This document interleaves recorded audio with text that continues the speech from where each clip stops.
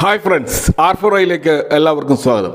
തുടർച്ചയായ 3 consecutive trading സെഷനിൽ റെഡിൽ close ചെയ്തുകൊണ്ട് ബെഞ്ച് മാർക്ക് നിഫ്റ്റി അതിൻ്റെ വീക്ക്നെസ് തുടർന്നുകൊണ്ടേയിരിക്കുകയാണ്. അപ്പോൾ ഇന്നലെ ഒരു തിരിച്ചുവരവിന് ശ്രമിച്ച ബ്രോഡ് മാർക്കറ്റ് ഇൻഡെക്സുകളൊക്കെ ഇന്ന് നെഗറ്റീവിൽ ക്ലോസ് ചെയ്തതായിട്ട് നമുക്ക് കാണാം. അപ്പോൾ ഇന്നലെ FIAs അവരുടെ സെല്ലിംഗ് ഒരു ഇടവേളയ്ക്ക് ശേഷം ശക്തമായിട്ട് പുനരാരംഭിച്ചതായിട്ട് കാണാം. 3760 കോടിയുടെ ഒരു നെറ്റ് സെല്ലിംഗ് അവർ ഇന്നലെ നടത്തുകയുണ്ടായി. അപ്പോൾ മാർക്കറ്റ് സെൻറ്റിമെൻറ്റ്സ് കൂടുതൽ ബിയറിഷ് ടെറിട്ടറിയിലേക്ക് പോകാൻ ഇതും ഒരു കാരണമായിട്ടുണ്ട്.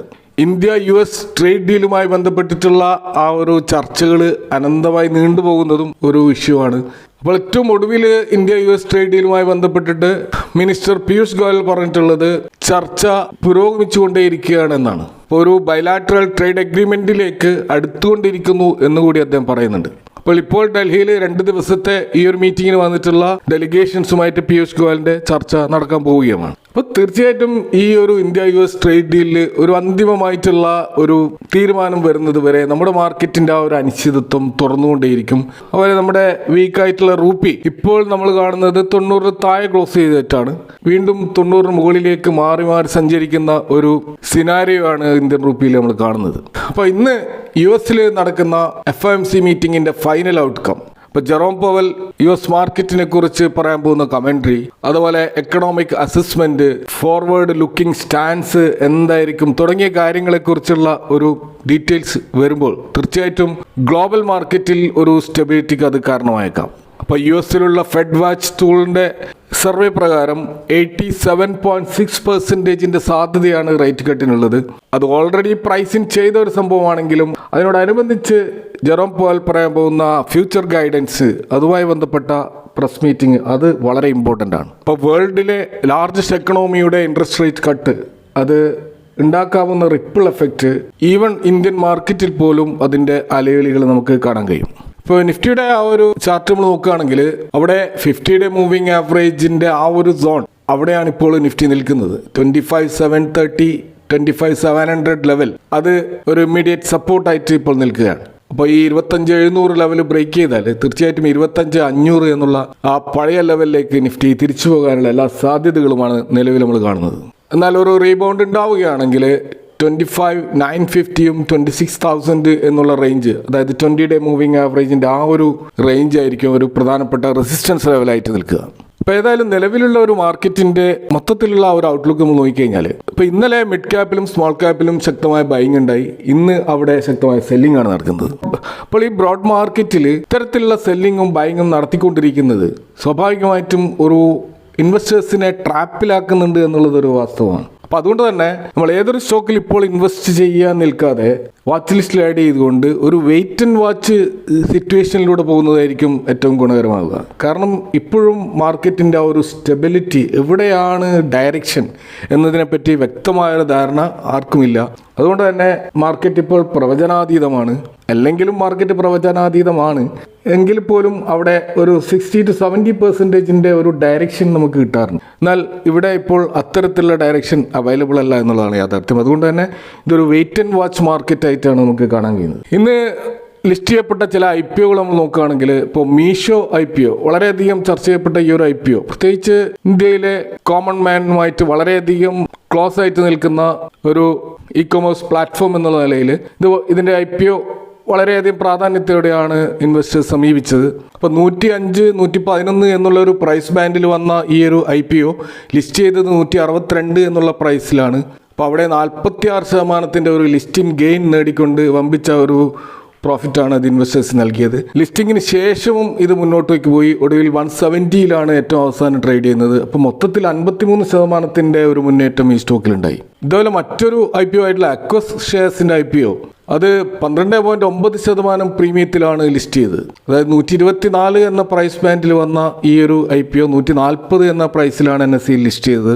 ഇപ്പോൾ അത് 152 എന്ന ലെവലിലാണ് ട്രേഡ് ചെയ്യുന്നത്. അപ്പോൾ അവിടെയും ഒരു 22% ഓവറോൾ ഗെയിൻ ഇന്നത്തെ ട്രേഡിംഗ് ഡേയിൽ ഇൻവെസ്റ്റേഴ്സിന് കിട്ടിയിട്ടുണ്ട്. എന്നാൽ വിദ്യാ വയേഴ്സിന്റെ IPO ഇന്ന് ലിസ്റ്റ് ചെയ്യപ്പെട്ടപ്പോൾ അത് ഇഷ്യൂ പ്രൈസ് എത്രയാണോ അതേ പ്രൈസിലാണ് ലിസ്റ്റ് ചെയ്തത്. യാതൊരു ലിസ്റ്റിംഗ് ഗെയിനും ഇൻവെസ്റ്റേഴ്സിന് നൽകിയില്ല. പക്ഷെ ഏറ്റവും ഒടുവിൽ ഇപ്പോൾ അത് ട്രേഡ് ചെയ്യുന്നത് 53 എന്ന ലെവലിലാണ്. വെറും 2% അപ്രധാനമായ ഒരു ഗെയിനാണ് അത് ഉണ്ടാക്കിയിട്ടുള്ളത്. ഇനി നമ്മൾ മാർക്കറ്റിൽ ഒരു കോർപ്പറേറ്റ് ആക്ഷൻ നോക്കുകയാണെങ്കിൽ നൊവാമ വെൽത്തിൻ്റെ സ്റ്റോക്ക് സ്പ്ലിറ്റ് അവർ അനൗൺസ് ചെയ്തിരിക്കുകയാണ്. അപ്പോൾ ഈക്വിറ്റി സെക്യൂരിറ്റികളിൽ ബ്രോക്കിങ്ങും ട്രേഡിങ്ങും നടത്തുന്ന ഈ ഒരു വെൽത്ത് മാനേജ്മെന്റ് കമ്പനി ഇവരൊരു ഇൻവെസ്റ്റ്മെന്റ് അഡ്വൈസറും അതുകൂടാതെ ഒരു മർച്ചന്റ് ബാങ്കറും കൂടിയാണ്. സെബി രജിസ്റ്റേർഡ് ആയിട്ടുള്ള ഈ ഒരു ബ്രോക്കിംഗ് ഫേമിൻ്റെ സ്റ്റോക്ക് സ്പ്ലിറ്റ് 1:5 എന്നുള്ള അടിസ്ഥാനത്തിലാണ് അവർ സ്പ്ലിറ്റ് ചെയ്യാൻ പോകുന്നത്. ഇപ്പോൾ 25,000 കോടിയുടെ ഒരു മാർക്കറ്റ് ക്യാപ്പുള്ള നൊവാമ വെൽത്ത് മാനേജ്മെന്റ് ലിമിറ്റഡിൻ്റെ ഷെയർ ഇപ്പോൾ ട്രേഡ് ചെയ്യുന്നത് 7,010 എന്നുള്ള പ്രൈസ് റേഞ്ചിലാണ്. അപ്പോൾ ഇത്തരത്തിലുള്ള ഒരു 1:5 സ്പ്ലിറ്റ് നടക്കുമ്പോൾ ഇതിൻ്റെ പ്രൈസ് അഡ്ജസ്റ്റ് ചെയ്ത് 1,400 ലെവലിലേക്കൊക്കെ വന്നേക്കാം.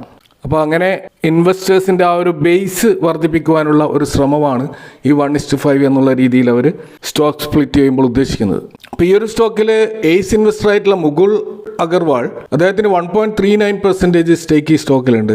അപ്പോൾ ഇതിൻ്റെ ഒരു റെക്കോർഡ് ഡേറ്റ് തീരുമാനിച്ചിരിക്കുന്നത് 2025 ഡിസംബർ 26 ഈ സ്റ്റോക്ക് സ്പ്ലിറ്റ് അനുവദിച്ച് കിട്ടുക ആ ദിവസത്തിൽ ഇൻവെസ്റ്റേഴ്സിൻ്റെ ട്രേഡിംഗ് അക്കൗണ്ടിൽ ഈ സ്റ്റോക്ക് ഉണ്ടാകുമ്പോഴായിരിക്കും. അപ്പോൾ ഈ നൊവാമ വെൽത്ത് മാനേജ്മെന്റ് കമ്പനി PAG ഗ്രൂപ്പാണ്, അഥവാ പസഫിക് അലയൻസ് ഗ്രൂപ്പ്. അപ്പോൾ ഇവർ ഏഷ്യ ഫോക്കസ്ഡ് ആയിട്ടുള്ള ഒരു മേജർ ആയിട്ടുള്ള ഒരു ഇൻവെസ്റ്റ്മെന്റ് ഫേമാണ്. അപ്പോൾ ഈ നൊവാമ വെൽത്ത് എന്ന് പറയുന്നത് മുമ്പ് എഡിൽവൈസ് ഫൈനാൻഷ്യൽ സർവീസസിന്റെ ഒരു സബ്സിഡിയറി ആയിരുന്നു. അപ്പോൾ ഈ PAG ഗ്രൂപ്പ് ഇതിൽ ഇൻവെസ്റ്റ് ചെയ്തതിന് ശേഷമാണ് ഇത് റീബ്രാൻഡ് ചെയ്തുകൊണ്ട് നൊവാമ വെൽത്ത് മാനേജ്മെന്റ് കമ്പനി എന്ന പേരിൽ മാർക്കറ്റിലേക്ക് വന്നത്.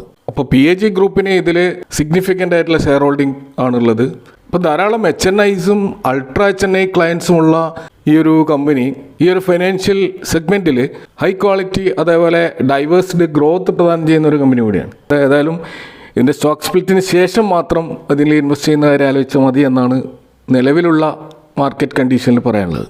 നമുക്കറിയാം മിഡ് ക്യാപ് സ്മോൾ ക്യാപ് സെഗ്മെന്റിലാണ് കാര്യമായ ക്രാഷ് കഴിഞ്ഞ ദിവസങ്ങളിലൊക്കെ ഉണ്ടായിട്ടുള്ളത്. അപ്പോൾ അതുകൊണ്ട് തന്നെ ധാരാളം മിഡ് ക്യാപ് സ്മോൾ ക്യാപ് സ്റ്റോക്കുകൾ ഇപ്പോൾ അട്രാക്റ്റീവ് ആയിട്ടുള്ള വാല്യുവേഷനിൽ ലഭ്യമാണ്. അപ്പോൾ അത്തരത്തിലുള്ള സ്റ്റോക്കുകൾ നമുക്ക് തീർച്ചയായിട്ടും ഫിൽട്ടർ ചെയ്ത് എടുക്കാവുന്നതാണ്. ഇപ്പോൾ ഉദാഹരണത്തിന് സ്ക്രീനറിൽ ഒരു ഫിൽറ്റർ അപ്ലൈ ചെയ്താൽ, ഇപ്പോൾ ഉദാഹരണത്തിന് മാർക്കറ്റ് ക്യാപിറ്റലൈസേഷൻ 1,00,000 കോടിക്ക് താഴെയുള്ള, അതേപോലെ റിട്ടേൺ ഓൺ ഇക്വിറ്റിയും റിട്ടേൺ ഓൺ ക്യാപിറ്റൽ എംപ്ലോയിഡും 20% കൂടുതലുള്ള, അതുപോലെ PEG റേഷ്യോ 1 താഴെയുള്ള, അതുപോലെ PE റേഷ്യോ ഇൻഡസ്ട്രി PEയേക്കാൾ താഴെ വന്നിട്ടുള്ള, അതുപോലെ വലിയ ഡെറ്റ് ഇല്ലാത്ത ഒരു 0.5% മാത്രം ഡെറ്റ് ടു ഇക്വിറ്റി റേഷ്യോ മാത്രം കാണിക്കുന്ന, അതേപോലെ കഴിഞ്ഞ 4 ക്വാർട്ടറിൽ അതിൻ്റെ പ്രീവിയസ് ക്വാർട്ടറിനേക്കാൾ 20% സെയിൽസ് ഗ്രോത്തും 20% പ്രോഫിറ്റ് ഗ്രോത്തും കാണിച്ചിട്ടുള്ള അത്തരം സ്റ്റോക്കുകൾ നമ്മൾ ഫിൽട്ടർ ചെയ്താൽ ധാരാളം സ്റ്റോക്കുകൾ അവൈലബിൾ ആണ്. അതിൽ മാർക്കറ്റ് ക്യാപിറ്റലൈസേഷൻ്റെ അടിസ്ഥാനത്തിൽ നമ്മൾ നോക്കിക്കഴിഞ്ഞാൽ കാണുന്ന ചില സ്റ്റോക്കുകൾ ഇവിടെ പറയുകയാണെങ്കിൽ ഒന്ന് സുസ്ലോൺ എനർജിയാണ്, മറ്റൊന്ന് നാഷണൽ അലൂമിനിയം, അതുപോലെ Travel Food Services, BLS International, Electron engineering,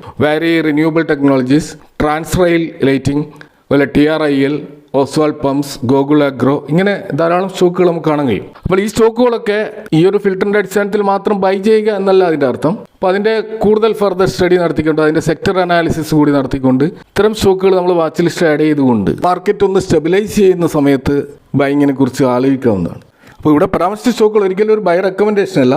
നിങ്ങൾ അതിനെക്കുറിച്ച് കൂടുതൽ ഫണ്ടമെൻ്റൽ അനാലിസിസുകൾ നടത്തേണ്ടതുണ്ട്, കൂടാതെ ടെക്നിക്കൽ അനാലിസിസുകൾ നടത്തേണ്ടതുണ്ട്. അപ്പോൾ അതിൻ്റെ അടിസ്ഥാനത്തിൽ നിങ്ങളുടെ ഫൈനാൻഷ്യൽ അഡ്വൈസേഴ്സുമായി ബന്ധപ്പെട്ടുകൊണ്ട് മാത്രം ഇത്ര സ്റ്റോക്കുകൾ ഇൻവെസ്റ്റ് ചെയ്യുക. അപ്പോൾ ഇതൊക്കെയാണ് ഇന്നത്തെ മാർക്കറ്റുമായി ബന്ധപ്പെട്ട് ഇവിടെ ഷെയർ ചെയ്യാനുള്ളത്. ഈ വിഷയങ്ങളുമായി ബന്ധപ്പെട്ട നിങ്ങളുടെ അഭിപ്രായങ്ങളും കമൻറ്റുകളും അറിയിക്കുക. Thank for watching. See you next time with another video.